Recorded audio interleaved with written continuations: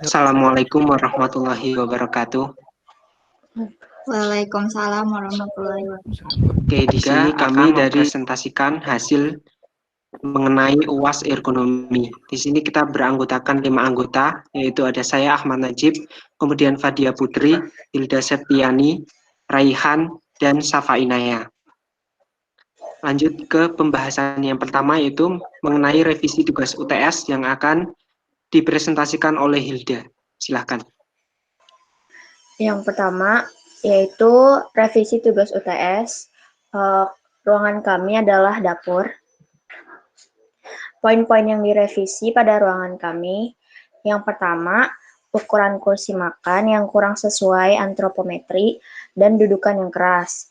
Yang kedua, pijakan meja makan yang tidak ada. Nah, ini kursi makan yang ada di dapur kami. Yang pertama, tinggi poptel kursi 44,5 cm yang termasuk ergonomis. Yang kedua, pantat ke poptel kursi 44 kurang ergonomis. Yang ketiga, lebar pinggul kursi 45,7 cm ergonomis. Lalu tinggi sandaran punggung kursi 40,5 ergonomis. Lalu lebar bahu punggung kursi 25 kurang ergonomis. Kursi yang digunakan menurut penghuni tidak ergonomis karena materialnya yang keras, jadi kurang nyaman. Jika duduk terlalu lama, maka akan sakit. Nah, ini merupakan kursi makan yang sudah kami revisi sesuai data antropometri. Yang pertama, tinggi poptil kursi 42,5 cm. Yang kedua, pantat ke poptil kursi 33 cm. Lalu lebar pinggul kursi 44 cm. Tinggi sandaran punggung kursi 60 cm. Yang terakhir, lebar bahu punggung kursi 44 cm. Dan dudukan kursinya sudah diganti menjadi lebih empuk. Lalu ini meja makan sebelum. Dengan tinggi meja makan 75 cm yang sudah ergonomis dan sesuai antropometri, luas meja 1,04 meter persegi yang sudah ergonomis. Ini meja makan sesudah kami tambahkan pijakannya. Meja makan sendiri, ketika dua orang makan di meja makan ini, atau samping-sampingan itu, jarak keduanya sudah ergonomis, karena keduanya tidak bersinggungan. Ruang makan pada meja makan juga cukup lebar, serta lebar tangan ketika di atas meja itu sekitar 76 cm sudah cukup. Lalu meja makan di ruang makan sudah ergonomis karena pada saat makanan disiapkan dan ada lebih dari 2 orang yang sedang makan, kegiatan makan mereka tidak terganggu dan luas meja makan cukup untuk piring makan dan lauk yang baru disiapkan. Sehingga kami hanya menambahkan pijakan pada kaki meja agar lebih nyaman. Ini merupakan desain yang sudah kami betulkan sesuai antropometri dan ergonomis. Selanjutnya, analisis kenyamanan dalam ruang, yaitu ruang belajar dan ruang tamu.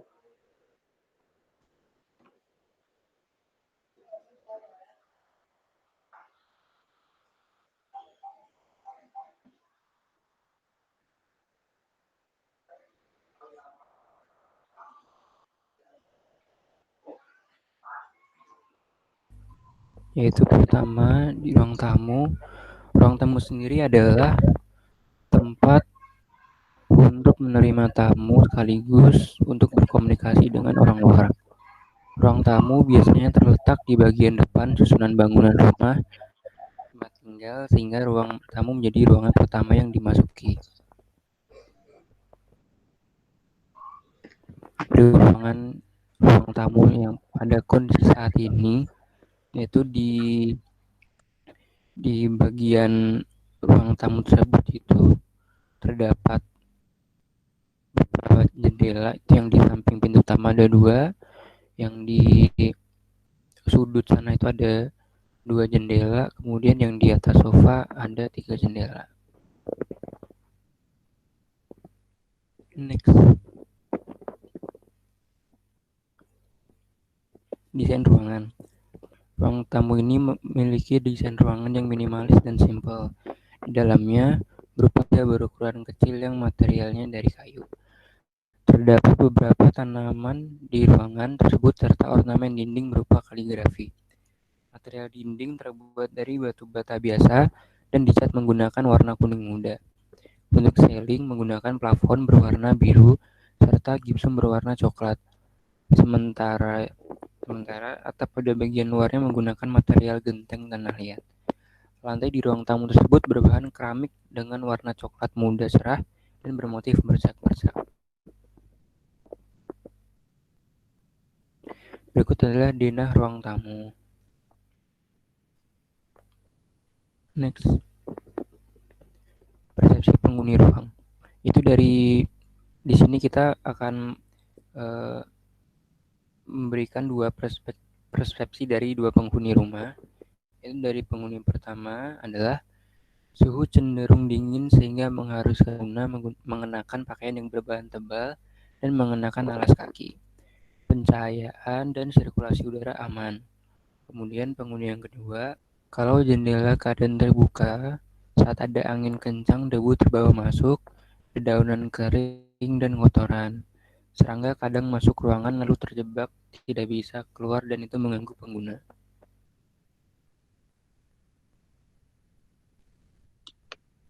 Oke, selanjutnya mengenai kenyamanan yang ada di ruang tamu tersebut. Yang pertama adalah kenyamanan penghawaan atau thermal. Terdapat 2 tipe jendela di ruang tamu tersebut, yaitu 2 jendela mati di sisi pintu dan 3 jendela yang dapat dibuka. Selain itu, juga terdapat lubang ventilasi dengan jaring anti nyamuk. Hal ini membuat sirkulasi pada ruang berjalan dengan baik. Namun, menambah suhu semakin dingin karena banyak angin yang masuk lewat bukaan-bukaan tersebut.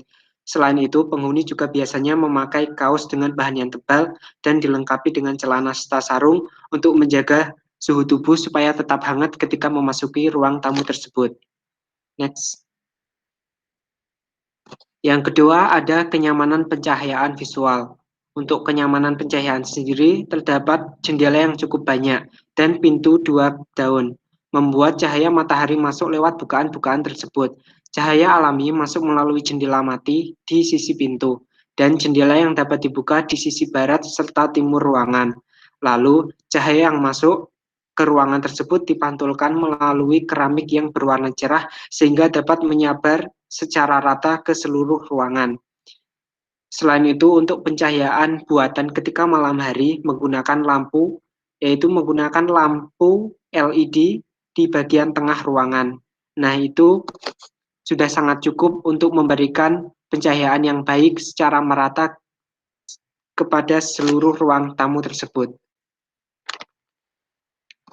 Yang ketiga ada kenyamanan akustik. Di depan rumah, yaitu tepatnya di depan ruang tamu tersebut cenderung sepi oleh suara kendaraan-kendaraan bermotor. Hanya ada suara kicauan burung dan serangga yang ada di sekitar rumah. Kemudian letak rumah yang dekat dengan masjid membuat suara speaker masjid terdengar jelas. Selain itu, jika di masjid ada kegiatan keagamaan atau kegiatan masyarakat tertentu, suaranya dapat terdengar jelas ketika penghuni berada di ruang tamu tersebut. Selanjutnya terdapat beberapa usulan desain untuk memenuhi kenyamanan penghuni pada ruang tamu tersebut. Di antaranya, untuk mengurangi suhu dingin yang dirasakan ketika di ruang tamu tersebut, maka lantai keramik pada ruang tamu diganti dengan lantai parket, yang mana lantai parket sifatnya bisa membuat lebih hangat daripada lantai keramik. Kemudian yang kedua, bahan untuk sofa dan kursi diganti dengan material busa untuk bagian dalam dan kain untuk lapisannya. Sementara rangkanya tetap menggunakan kayu. Busa dan kain digunakan untuk material kursi dan sofa tersebut supaya menambah kehangatan yang dirasakan oleh penghuni ketika berada di dalam ruang tamu tersebut. Yang ketiga, menambah kawat kasa atau jaring kasa yang dipasang di bagian ventilasi ruang tamu untuk mencegah masuknya serangga-serangga yang mengganggu dari luar. Kemudian di bagian jendela menambahkan gorden tembus pandang. Gorden tersebut bisa menghalangi kotoran berupa daun kering masuk tanpa mengurangi intensitas cahaya masuk di ruang tamu. Selain itu, gorden tersebut juga secara tidak langsung tidak mengganggu kenyamanan pencahayaan ruang tamu. Nah, ini merupakan desain dari ruang tamu yang sudah direvisi. Di sini terdapat beberapa sofa dan kursi. Dapat dilihat di situ materialnya sudah diubah dan lantainya juga sudah diubah menjadi lantai parket.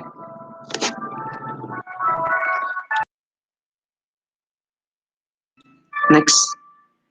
Selanjutnya ruang belajar yang akan dijelaskan oleh Naya. Ruang belajar ini adalah sebuah ruangan dengan luas tertentu yang dibatasi oleh dinding atau penyekat seperti rak yang dapat digunakan sebagai storage. Terus ruang belajar ini tuh digunakan biasanya untuk belajar dan sering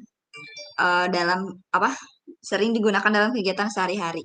Ruang belajar yang nyaman akan meningkatkan produktivitas pengguna. Next. Ini foto ruangan yang sebelum direnovasi. Desain ruangannya itu. Next. Ruang belajar ini terletak di samping ruang tamu dan menghadap ke timur yang mana terdapat taman dengan kolam air serta kebun kopi di seberang jalan setapak depan taman. Terdapat satu buah meja berukuran sedang dengan material kayu dan 2 buah kursi dan material plastik yang digunakan untuk menunjang aktivitas belajar. Posisi meja belajar berada di dekat jendela dan pintu, sehingga sinar matahari dan sirkulasi udara dapat memasuki ruangan. Material dinding berupa batu bata dengan cat berwarna coklat muda. Langit-langitnya plafon putih dengan gipsum dan lantainya yang menggunakan material keramik. Next. Ini denahnya, ukurannya 4,5 meter dikali 2,5 meter. Next.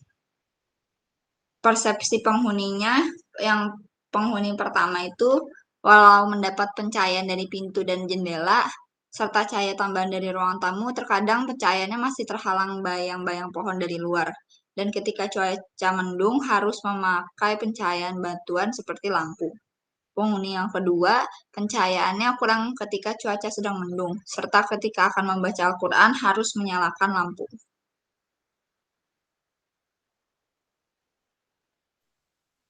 Selanjutnya, kenyamanan penghawaan atau thermal. Sirkulasi udara di ruang belajar dapat berjalan dengan baik dikarenakan adanya jendela yang berada tepat di depan meja belajar serta pintu yang berada di samping jendela. Jika pintu dan jendela dibuka, maka udara dari luar akan masuk ke dalam rumah. Di luar pintu terdapat taman yang dapat meningkatkan kualitas udara, sehingga udara bersih dapat masuk memperlancar sirkulasi udara. Pada malam hari, udara masuk melalui jendela dan lubang ventilasi yang berada di atas pintu. Terdapat sebuah lampu LED serta lampu meja belajar. Lampu meja belajar tersebut dapat meningkatkan suhu menjadi lebih hangat ketika dinyalakan saat malam hari. Kemudian, kenyamanan pencahayaan visual. Terdapat jendela yang berada di depan meja belajar dan pintu yang berada di samping jendela, sehingga cahaya matahari dapat masuk menambah penerangan pada ruangan. Ketika cuaca sedang mendung, cahaya yang masuk kurang atau terhalang oleh pohon-pohon yang berada di sekitarnya, sehingga ruangan menjadi gelap dan memerlukan cahaya buatan seperti lampu saat beraktivitas. Saat malam hari, terdapat sebuah lampu LED untuk menerangi ruangan dan sebuah lampu meja belajar untuk menunjang aktivitas belajar. Kemudian kegiatan sehari-hari yang dilakukan di ruang belajar adalah mengerjakan tugas, belajar, serta mengikuti kegiatan perkuliahan. Pakaian yang digunakan sehari-hari biasanya menggunakan jaket dan bawahan sarung atau celana panjang.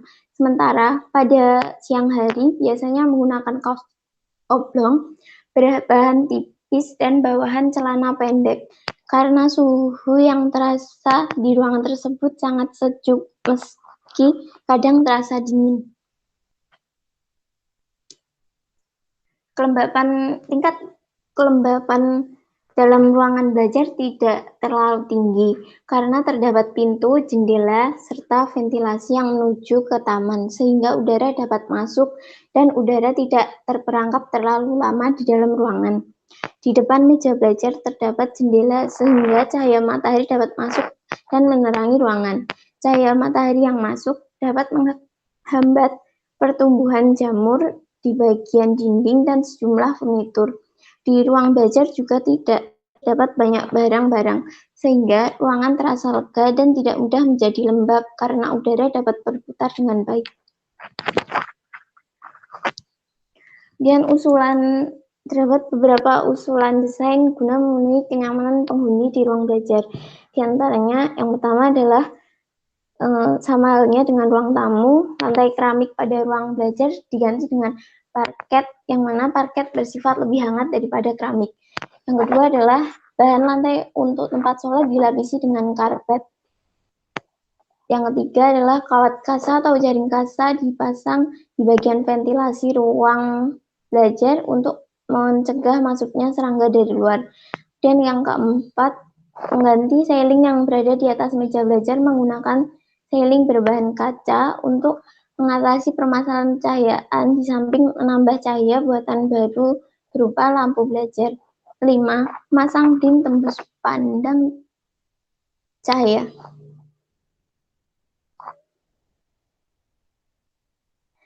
Kemudian ini adalah desain yang telah diperbaiki.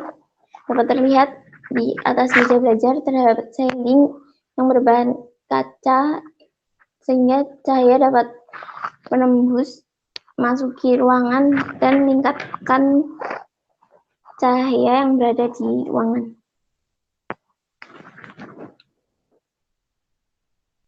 Terima kasih. Oke, demikian presentasi tugas UAS ergonomi dari kelompok 3. Kurang lebihnya mohon maaf. Wassalamualaikum warahmatullahi wabarakatuh. Waalaikumsalam warahmatullahi wabarakatuh. Terima kasih.